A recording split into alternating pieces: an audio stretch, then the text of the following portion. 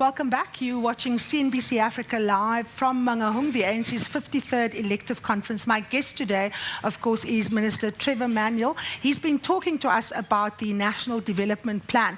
And let's not waste any more time and get straight into those questions from the floor. Can we have the first question, please?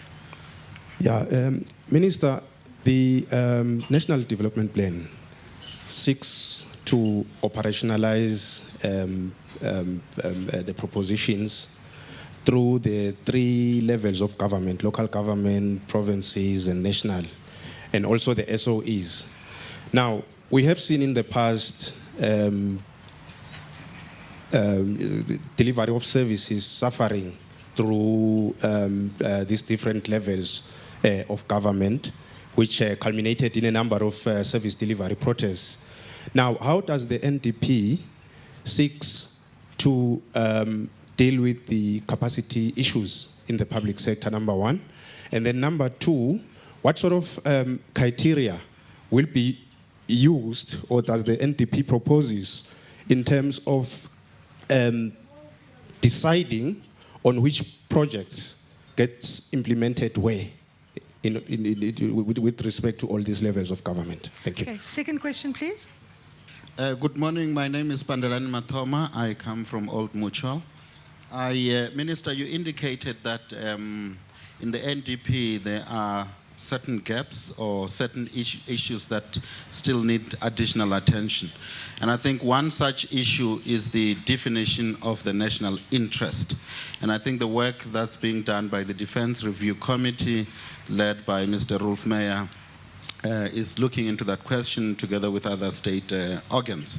So I wanted you to, reflect on this issue of gaps like in this critical area of looking into the national interest, which underpins the work of the National Commission, since it's now the plan for the nation and not just for government. And secondly, just to briefly talk about the role that you see from the public-private sector in terms of partnering with government and the rest of civil society in implementing the NDP. Thank you. Third question.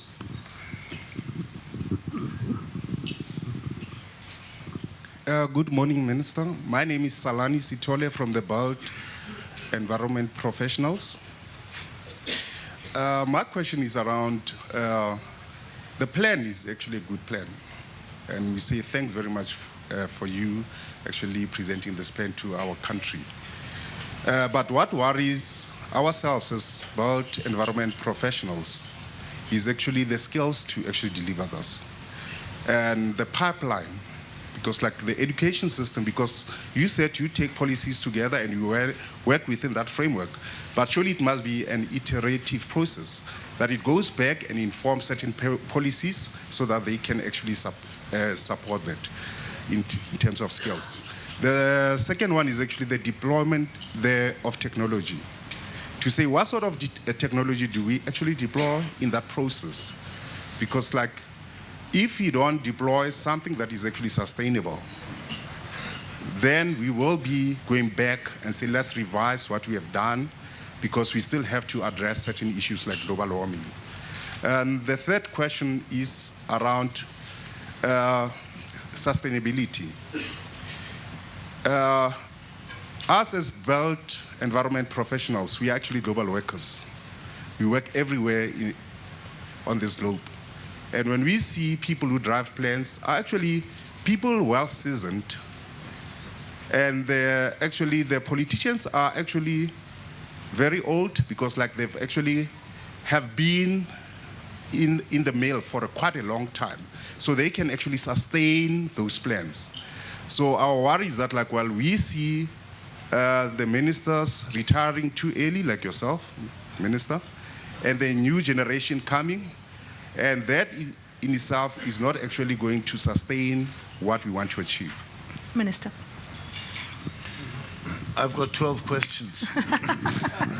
I warned you. The first question, Reverend, on the tiers of government, I think that one of the issues that we need to do is use information differently. Now, Let me just cite an example, and prioritization needs to happen in a number of different ways. Stats SA, in releasing the results of Census 2011, have actually put in the hands of all of our people the most remarkably powerful tool. There's an app for your iPad or an Android facility, even for the Mobi platform, or on the internet, that'll give you a breakdown by ward. Now suddenly, the mystique of the integrated development plans is gone. Communities can know exactly what is happening in their ward. And so when municipalities reconstruct their IDPs in the future, they must know that they're dealing with communities who are highly informed. The tragedy for me is that people aren't using that application as extensively as they might, but it's there. And so, I'd like to encourage everybody to understand just how powerful the tool is. So you can understand percentages of a ward that have access to water, sanitation, tarred roads, all of those things are there. And I think you can then begin to reconstruct priorities differently. Now, in the way in which we've argued issues, active citizenship, leadership throughout society, and effective government all hang together. If you ask me what our theory of change is, it's understanding those kinds of issues as being what will give effect to the myriad of policies adopted by government. In respect of efficient utilization of financial resources, it's another issue for which we need to be a lot more accountable. So in the area where you operate in project management, for instance, what is the margin that a contractor should have on a job? Is the contractor capable? Is there adequate oversight of the job? Those are fundamentally important questions that actually spread the money differently. These are, I think the tools are there. We now have to be able to demonstrate how they work and ensure that the demonstration effect of that allows us to generalize of learning, because the second message of the plan is learning by doing. It's not just more and more policy, it's also starting to do in a way where we learn as we proceed. In respect of the criteria, the National Planning Commission doesn't determine the criteria. We think democratic and democratically elected government needs to be accountable for their selection of projects, and that makes a lot of difference. We can facilitate, catalyze, and ensure that the information is available, because, they say sunlight is the best disinfectant. If people see what needs to be done, they exercise the choice. Similarly, if we close the loop, because the statute in local government lays the basis for accountable and participatory local government. But frequently we take the views of people in IDPs and we never tell them what we can do when. You close the loop and people participate very differently. The question of national interest, yes, it's a fundamentally important question. One bit of work we have done is in one chapter of the plan to look at South Africa in the world. So we've taken this view kind of concentrically. South Africa in Southern Africa, in Africa, and in the world. What should inform the choices? It's certainly not a popular chapter in all areas. Should we have a mission in every country? How do we position ourselves?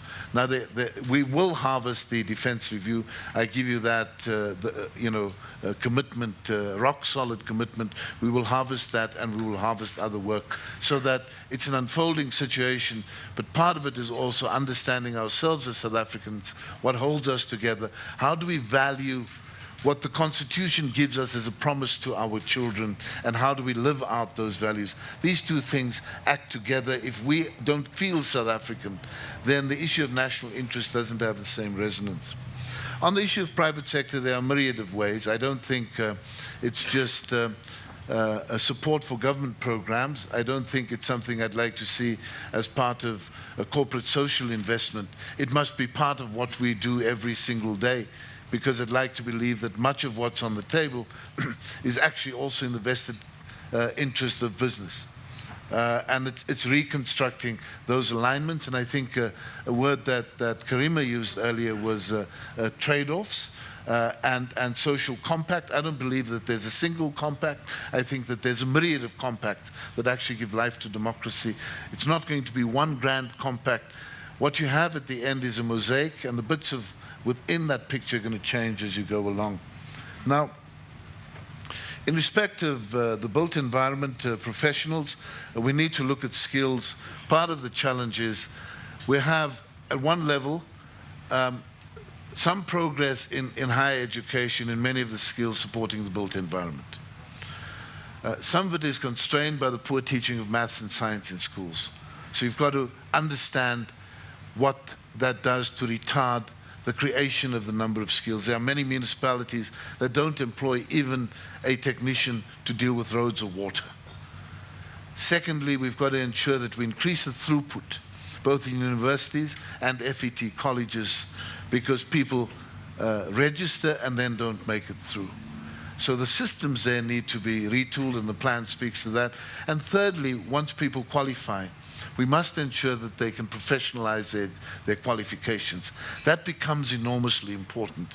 We've got to set the bar high and know, because as you said, the skills of built environment professionals are called upon across the world. We must never let up on the quality of professionals that we need in the sector. On the issues of sustainability, we've given a lot of attention to it. You are absolutely right. We can't kind of build 10 more coal-fired power stations and then wake up one day and remind ourselves that 3 years ago the president in Copenhagen made big commitments on reducing our carbon emissions. We have to take account of all of these issues, and so the issues of sustainability, I mentioned them in the context of food security earlier, but they are emissions driven, they are water consumption, land use, and all of our natural resources need to be utilized on a sustainable basis, because our development path has been carbon intensive. We had lots of low-grade coal, we added value, and we exported electricity. I mean, we added value to Australian bauxite, which is why we've got these aluminium smelters in places like Richards Bay. We've only done it because we thought we had cheap electricity and didn't bother about the emissions. We've got to bring these issues together differently now, and that's part of the approach you'll find intrinsically in the plan. Thank you. And we have the next set of hands, right at the back, Build, Donald, and Agri-SA. Thank you, Program Director. Mr. Minister, Johannes Moller from Agri-SA, representing commercial farmers in South Africa. Are there still commercial farmers?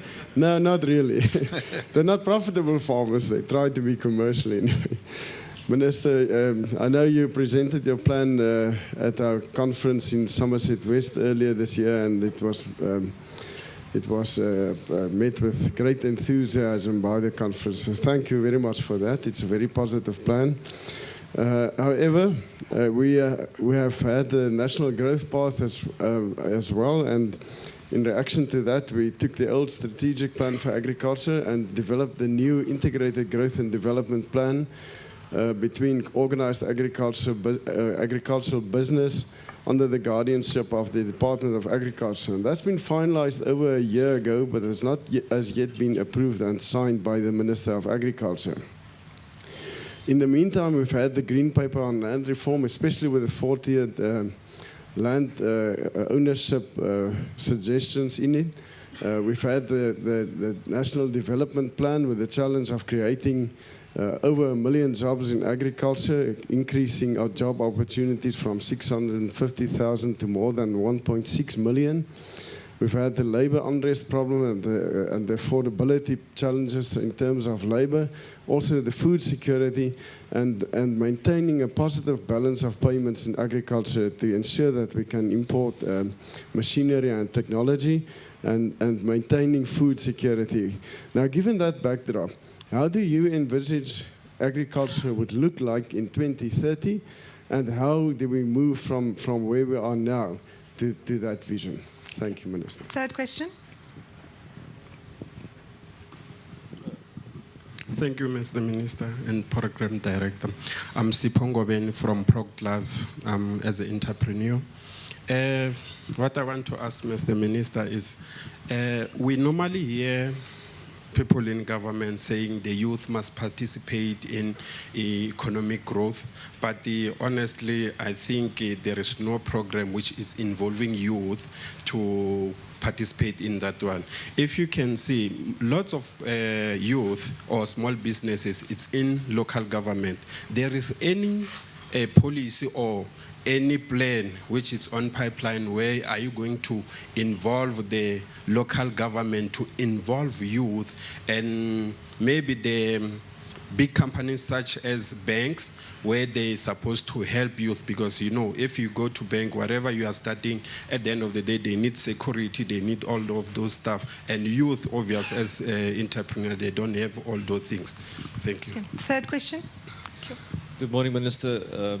My name is Gio Hines. I'm from African Sanitation Group of Companies. We are a specialist dehydration, waterless sanitation technology company, specifically for rural and informal communities. I just wanted to say thank you for your comments regarding the emphasis on SMEs and the other point that you made about the organizational skills of communities, specifically those communities who are outside sort of the economy ring. I just wanted to iterate, it's a statement you read it, that I think that the importance is specifically sanitation as an example in rural communities. And I think there's a lot of companies that can assist in that regard. And not to forget, the communities know how to organize with small SMEs. It doesn't have to always come from the big corporates. And maybe the last thing, just it's been reported in the press that you might consider to play a more a mentoring facility in the near future. We just wanted to know if there will be a rebirth of Trevor's trips. Okay. Johan, you know, let me give you the advice that you would normally give people as a solution to problems. 'n boer maak 'n plan. Nou, die boer kom vra vir my vir 'n plan.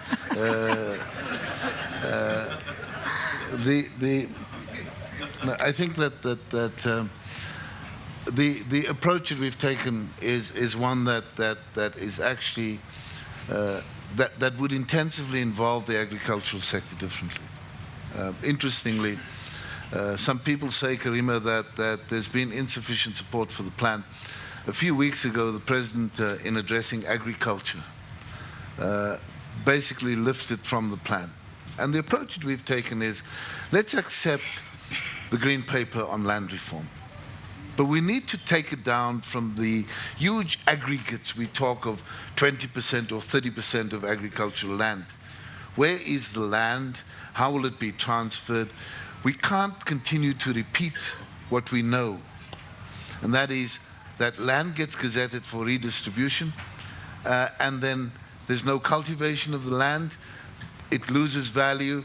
The government pays out for land that hasn't retained value, but the land is actually in a very poor state of repair. So let's change that. Let's deal with issues differently. Let's understand that local communities can identify this land differently. They need to be involved. Organized agriculture as well as aspirant agriculture. Secondly, what are the kinds of agricultural support services? Because if you, and this is part of our land reform challenge, older people are settled on land.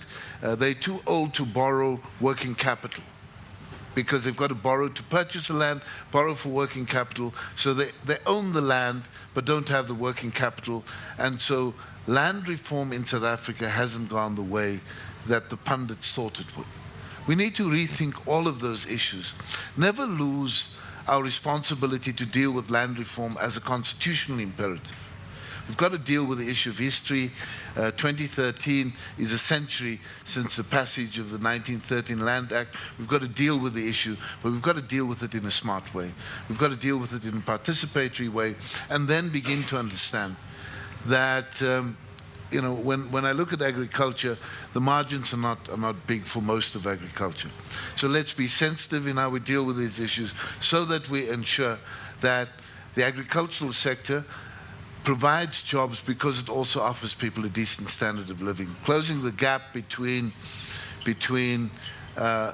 where farm workers are in terms of their living standards and where some farmers are is a big, big challenge.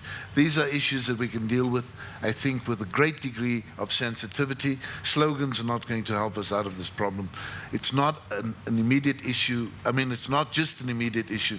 It's a long-term issue because the issue of food security is growing in leaps and bounds.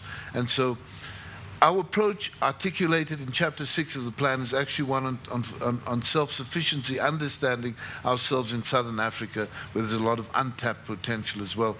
But this is why we need close interaction with all of agriculture to ensure that we begin to test and learn as we go so that we don't repeat the mistakes of the past.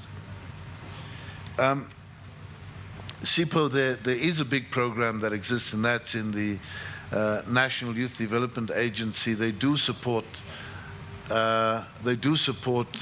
entrepreneurship. The key issue, and you know, I have maybe a different understanding of banks. You say the banks are supposed to help. Well, you know, the banks take my savings, which I don't actually have much of, and they lend it out. And if they give it away to people who don't repay, then I'm poorer. So how do you square the circle in these kinds of issues? And so having an agency like the NYDA, having a facility like Kula, which offers a guarantee, a collateral guarantee scheme, these things need to come together because there are those facilities, but they are completely untested. You know, I think we must also look at small business. There's no entitlement in life. We've got to get over that issue of entitlement. People earn their keep, and young people must be able to be supported to put together a business plan that they can market and demonstrate how they will make a difference. We're not going to build an economy on shame. We need to be pretty tough about how we arrive at decisions. And I think the tougher we are on young entrepreneurs, the better the quality of entrepreneurs that we'll create in this country. And we need them. We need many, many more of them. But it's a kind of area where I think a lot of tough love is necessary. And I've seen young people come through some interesting developments. Some have risen and fallen, and they rise again, and those become high-quality entrepreneurs. You only have to look at something like Silicon Valley in the US to understand how these startups rise and fall and then take off. I know venture capitalists who won't touch somebody going into business for the first time, but if they've fallen, they're not going to repeat those mistakes. There's nothing wrong with that. We've got to learn to accept that as part of what we do, but it's not going to be a handout issue. I think it must be earned, and in order to earn, we frequently have to get better training in place for young people in business. There can't be a free ride. We have to earn our way through society. Joe, the question you were raising was about rural sanitation. It's a big, big challenge. There's a slide that the Statistician General uses because, you know, one of the things that we can see from Census 2011 is access to water and sanitation, how that has grown. Now, there are still problems that arise in some areas. You know, in urban areas, it hasn't been too bad. In rural areas, it frequently is difficult. All along the eastern seaboard, for instance, because of the way in which people lived to deal with wars, settlements are on hilltops. Now, you can't get head on the water to get it up there. So you'll always have a gap in respect of the provision of water and waterborne sanitation to people in those areas. So the issue of built environment and so on, and the services that support it are going to be fundamentally important going forward. Thanks. Minister, we left with 3 minutes of our live broadcast. I'm going to take this opportunity to ask you some final questions before we give back to the audience after the break when we're no longer on television. What I wanted to ask you is, how does the plan envisage the creation of a civil service that is able to meet the challenges that are outlined in the plan. You've been very critical in your diagnostic report of the incapacities and the deficits around what exists in the civil service as we speak. You define the state as capable and developmental. We don't have what it takes at this stage to get to those objectives. What needs to happen to get a developmental and capable state? I think that we must, Karima, place emphasis on the way in which we professionalize the public service.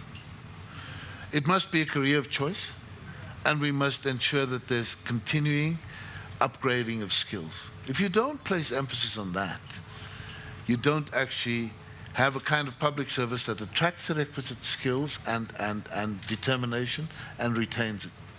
The second issue is that we've got to deal with issues such as what we call the political administrative interface.